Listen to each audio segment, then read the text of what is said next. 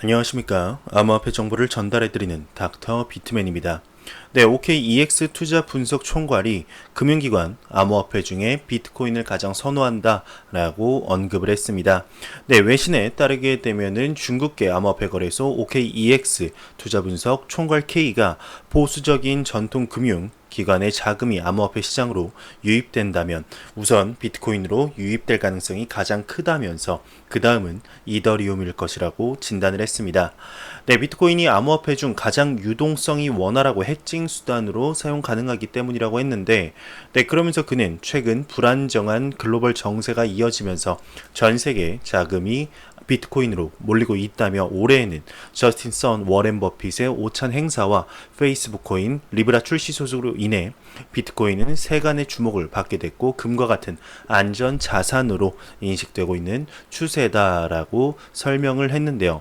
네, 이 기사에서는 지금 비트코인을 가장 선호한다고 하지만 전통적인 금융시장에 있던 분들도 암호화폐에 점점 관심을 보이는 추세죠. 네, 워렌 버핏과 저스틴 선의 오찬 소식이 정상적으로 이루어졌었다면 얼마나 더 성장을 했을지 참으로 안타깝습니다. 네, 리브라 프로젝트 백서 출시 이후에도 이 리브라가 암호화폐 시장에 좋은 영향을 미쳤다, 아니다, 나쁜 영향을 미쳤다라는 말이 굉장히 많은데요. 단기적으로는 리브라 관련 공청회 이후에 직후 이제 급락을 했었죠. 하지만 장기적으로 봤을 때는 긍정적인 효과가 많다는 게 지배적인 의견입니다. 지금 전 세계적인 경제 상황에서 많은 투자 자산들이 있지만 그 중에서도 비트코인과 금이 급부상을 하고 있는 추세인데 과연 어떤 식으로 진행이 되게 될지 한번 지켜보도록 하겠습니다. 네, 토큰 게이저가 비트코인의 시가총액 점유율이 연간 최고치를 기록했다라고 언급을 했습니다. 네, 암호화폐 전문 데이터 분석 및 제공 플랫폼 토큰 게이저에 따르게 되면 8일 18시 오후 6시죠. 기준으로 비트코인 글로벌 평균 시세는 11,864.46달러로 시가총액이 2,122억 8,128만 달러를 기록을 했다고 합니다. 네, 시가총액 점유율은 68.88%로 연간 최고치를 기록했다고 하는데요. 다음 기사도 한번 보시죠. 네, 블록 VC 창업주가 주력 알트코인, 비트코인 자금 유입 최고조 달성 시 새로운 기회를 맞을지도 모른다라고 나왔습니다. 네, 중국계 블록체인 전문 벤처 캐피탈 블록 VC 창업주 쉬인카이가 중국 SNS를 통해서 점점 더 많은 투자자가 비트코인 업계의 유일한 투자 수단으로 인식하게 될 때 주력 알트코인이 예상치 못한 기회를 얻을 수 있다고 언급을 했습니다. 그는 암호화폐 시장 발전 역사를 볼 때 2017년 1월 암호화폐 공개 ICO 프로젝트 열풍 이전에 비트코인 평균 시총 비중은 80에서 85%였다고 하는데요. 네, 이후 2018년 1월 불마켓이 정점에 이르면서 비트코인 시장 점유율은 33%까지 감소를 했다. 현재 비트코인 시장 점유율은 70% 수준으로 비트코인 발전 초기와 비교해서 아직 10에서 15%의 추가 여력이 있다며 이를 달성하기까지 별 무리가 없어 보인다고 합니다. 네, 비트코인에 대한 쏠림 현상이 극에 달했을 때 시장 자금 수용 역량이 유입 속도를 따라잡지 못하면서 일종의 관망 상태가 나타날 수 있다며 주력 알트코인은 차익을 챙길 수 있는 예상치 못한 기회를 얻을 수도 있다라고 언급을 했습니다. 네, 현재 앞에 나온 기사를 보게 되면 비트코인의 시가총액 점유율 즉 비트코인 더미넌스를 얘기를 하는 거죠. 연간 최고치를 기록하고 있다고 합니다. 거의 약 70% 정도이죠. 네, 이번 연도 거의 최고치인데요. 많은 전문가들이 얘기를 하는 것이 알트코인의 대상승장이 오게 되는 조건 중 하나가 비트코인 더미넌스가 40% 아래로 내려가야 강력한 알트코인 대상승장이 올 것이다 라고 얘기를 하고 있습니다. 저 또한 여태까지 역사를 봤을 때 충분히 근거가 있는 얘기이기 때문에 이쪽에 무게를 두고 있죠. 네, 다음 기사에서는 이제 비트코인 더미넌스가 80에서 85%까지 오르게 된다면 주력 알트코인 또한 예상치 못한 기회를 가질 것이라는 건데요.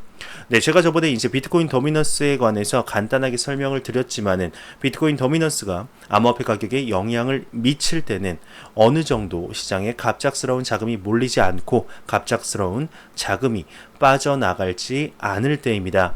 네, 수많은 자금이 비트코인으로 몰려오게 되면 도미넌스는 사실상 의미가 없게 됩니다. 2017년 12월부터 2018년 초까지 계셨던 분들이라면 아시겠죠? 모든 알트코인들이 10에서 30%까지 상승하는 모습을 볼 수가 있는데 이 기사는 그것을 얘기하는 것이죠.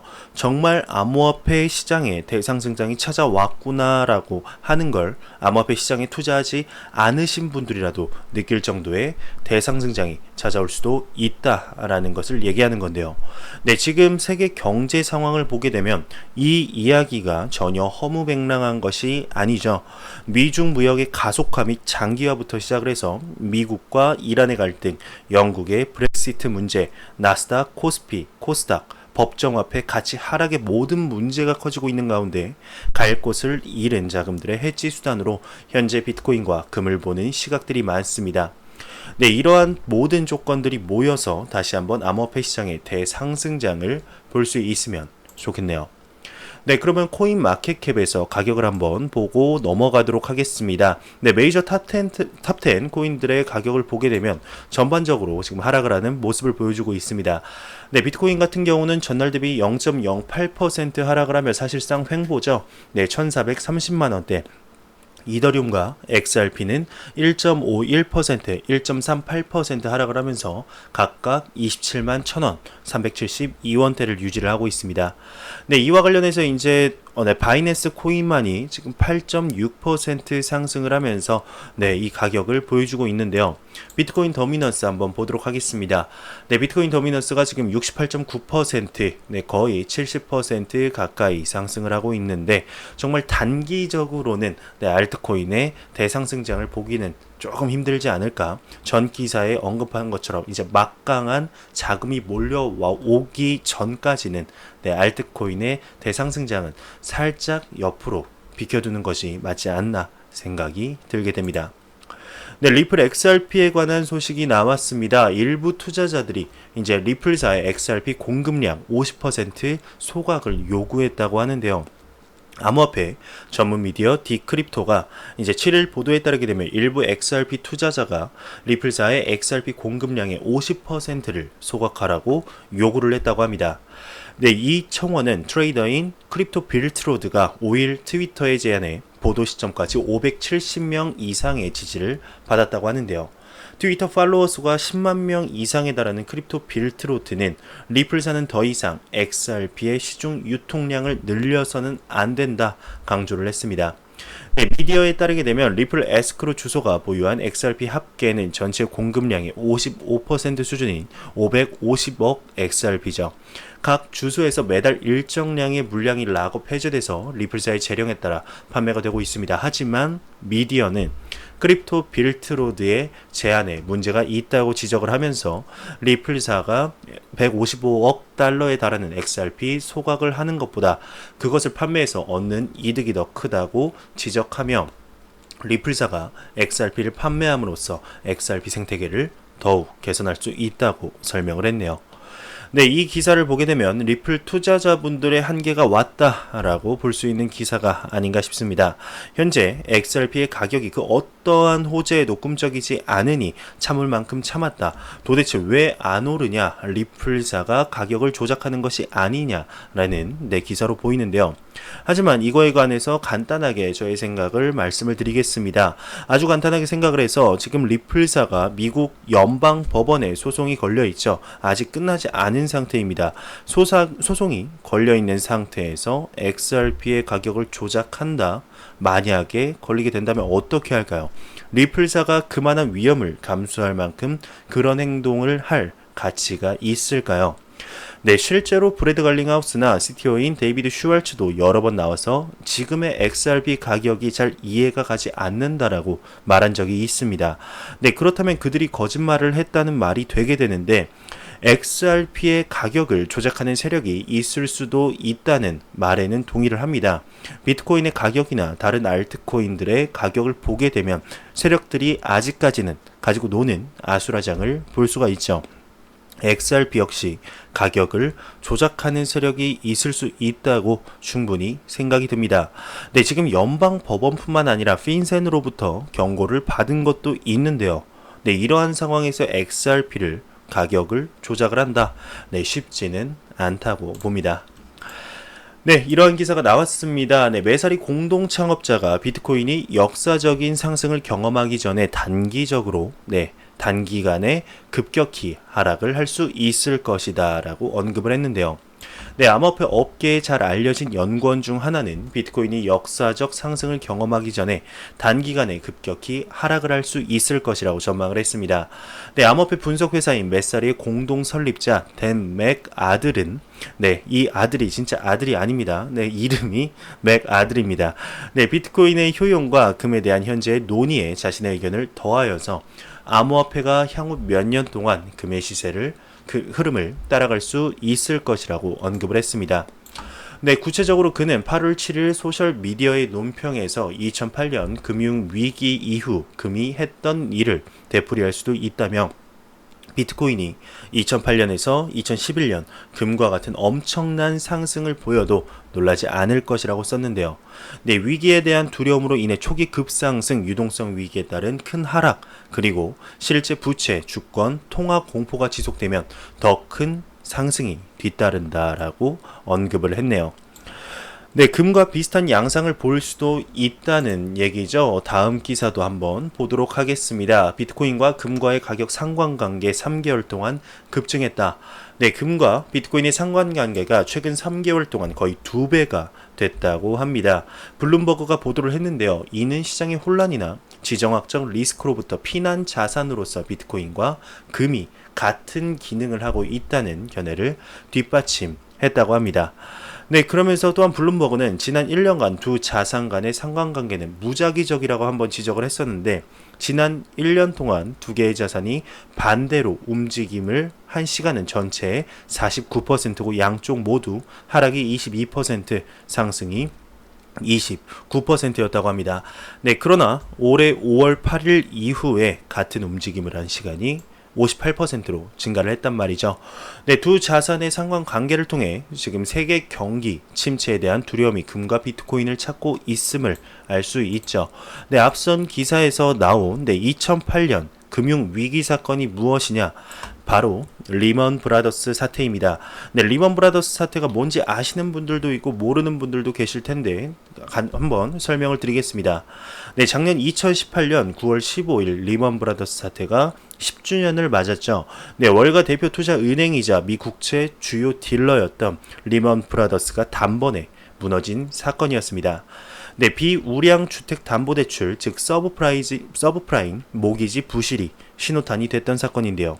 부풀어 오르던 거품이 터지자 이는 즉각 글로벌 금융 위기로 번져나갔습니다. 네, 리먼 브라더스는 2008년 9월 15일 새벽 법원에 파산보호 신청을 했었는데요. 당시에 투자 은행 랭킹에서는 이제 골드만삭스, 모건 스탠리, 메릴 린치, 그리고 4대 업체로 꼽혔던 리먼 브라더스죠. 이런 대형 투자 은행이었던 만큼 그 여파가 실로 굉장했습니다. 당시 부채 규모가 6,130억 달러였다고 하니까 말 다했죠. 세계 20위권 경제국의 총생산 GDP와 맞먹는 규모라고 합니다. 미국 역사상 최대 규모의 기업 파산이기도 했다고 하는데, 네, 같은 날 메릴 린치는 제2의 리먼이 될 수 있다는 공포감에 빠르게 매각이 되었고 뉴욕 증시는 9.11 사태 이후 최대 낙폭을 나타냈다고 합니다.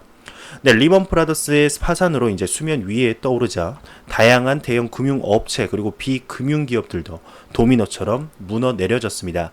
리먼 사태를 2008년 글로벌 금융 위기의 본격적인 시작점으로 보는 배경이 여기에 있는데요. 위기의 첫 징후는 이제 이전부터 있었습니다. 리먼 사태 이전부터 사실상 금융 위기가 시작이 된 것이죠. 첫 징후는 2007년으로 거슬러 올라가면 되는데요. 서브프라임 모기지 채권 등 파산 상품에 손을 떼는 투자 은행들이 등장한 시점이었습니다.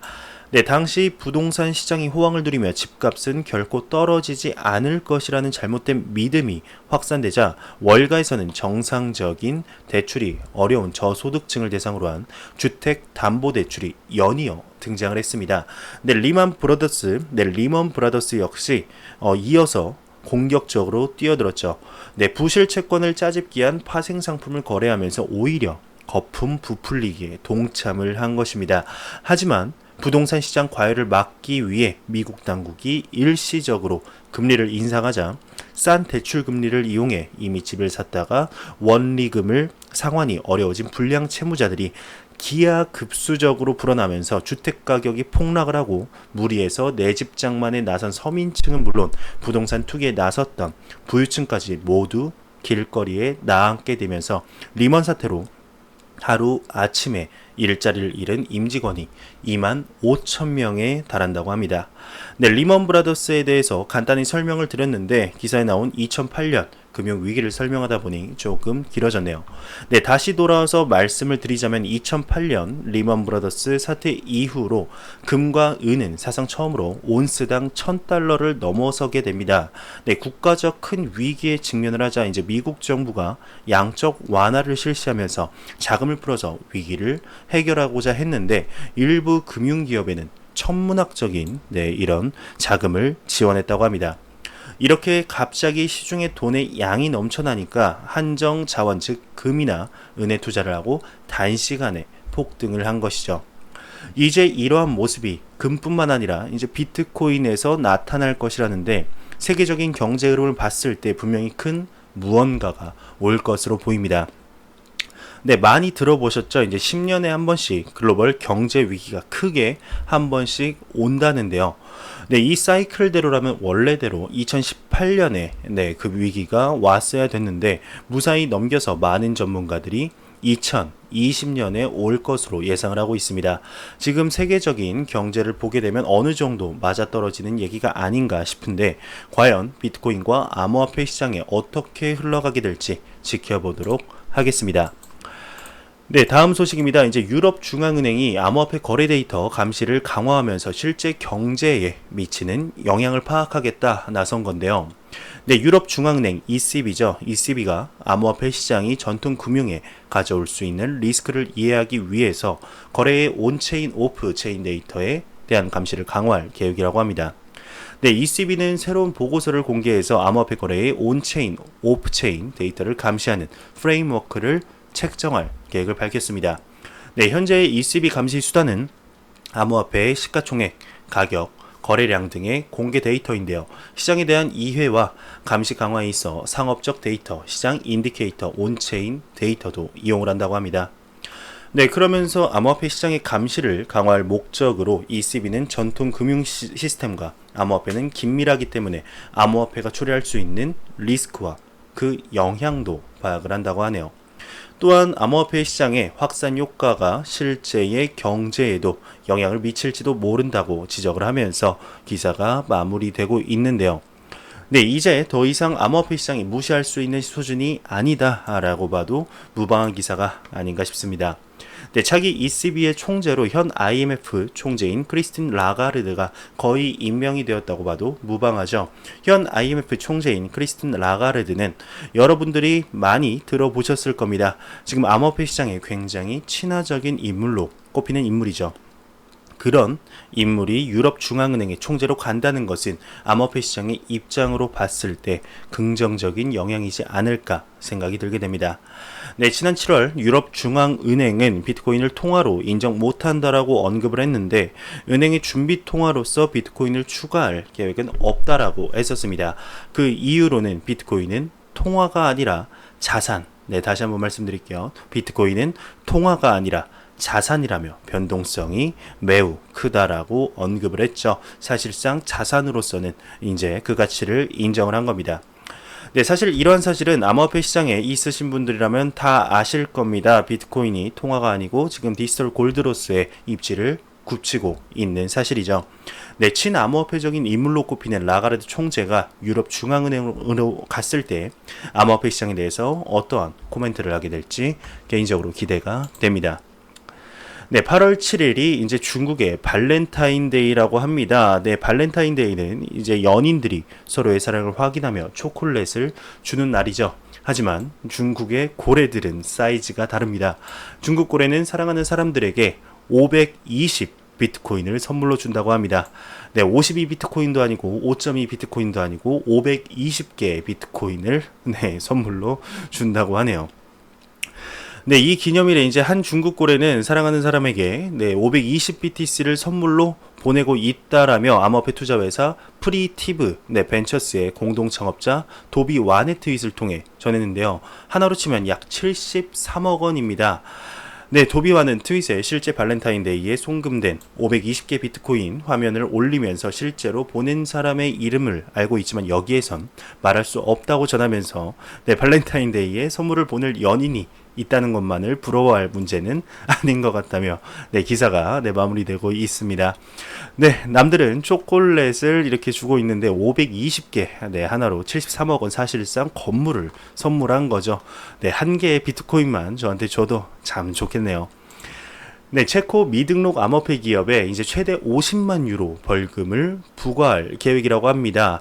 네, 체코가 5차 유럽연합 돈 세탁 방지 지침보다 더 엄격하게 암호화폐 기업을 규제할 것으로 전망이 된다고 하는데요. 네, 체코 정부는 거래 허가창에 등록되지 않은 암호화폐 기업에 최대 50만 유로 약 7억 원의 벌금을 부과할 방침이라고 합니다. 네, 빗썸이 이제 빗썸 싱가포르를 출범할 예정이라고 합니다. 네, 뉴스원 보도에 따르게 되면 싱가포르에 거점을 둔 거래 사이트 비트홀릭이 이달 내로 빗썸 싱가포르로 이름을 바꾸고 서비스를 시작할 예정이라고 합니다. 네, 빗썸의 출자 여부 및 이제 지분 구조는 공개되지 않았는데 비트홀릭은 작년 초 설립된 거래 사이트라고 하네요. 네, 거래소 내 암호화폐 BXA 그리고 보스코인, 베잔트 토큰 등 BK그룹과 직간접적 연관이 된 암호화폐들의 거래 비중이 높다고 합니다. 네, 다 처음 들어보는 코인이네요. 보스코인은 들어봤습니다. 네, 이러면서 이제 업계는 빗썸 싱가포르 출범과 관련해 BK그룹의 자금 마련과 함께 빗썸의 글로벌 사업 확대를 위해 IP 판매에 이제 나선 것으로 추정을 했는데 싱가포르 소재 BK그룹은 작년 10월 빗썸을 인수한 바 있다고 합니다. 네, 이렇게 제가 준비해온 소식은 여기까지입니다. 네, 마지막으로 코인마켓캡에서 가격 한번 보고 마무리하도록 하겠습니다. 리플 XRP 기준 372원입니다. F5번 한번 눌러보도록 하겠습니다. 네, 369.68원 가격이 조금 더 하락을 했네요. 네, 리플 XRP뿐만 아니고 전반적으로 가격이 하락을 하게 됐는데 정말 이러한 가격 하락이 대상승장으로 가는 발판이 되길 진심으로 바라봅니다. 네, 제가 준비해온 소식은 여기까지입니다. 영상이 도움이 되셨다면 구독과 좋아요 그리고 광고 한 편만 처음부터 끝까지 시청해 주시기 바랍니다. 이 채널은 오직 광고 수익으로 운영이 되게 됩니다. 네, 항상 영상 시청해 주시는 시청자분들, 구독자분들 너무나 감사합니다. 저는 다음 영상으로 찾아뵙도록 하겠습니다. 지금까지 닥터 비트맨이었습니다. 감사합니다.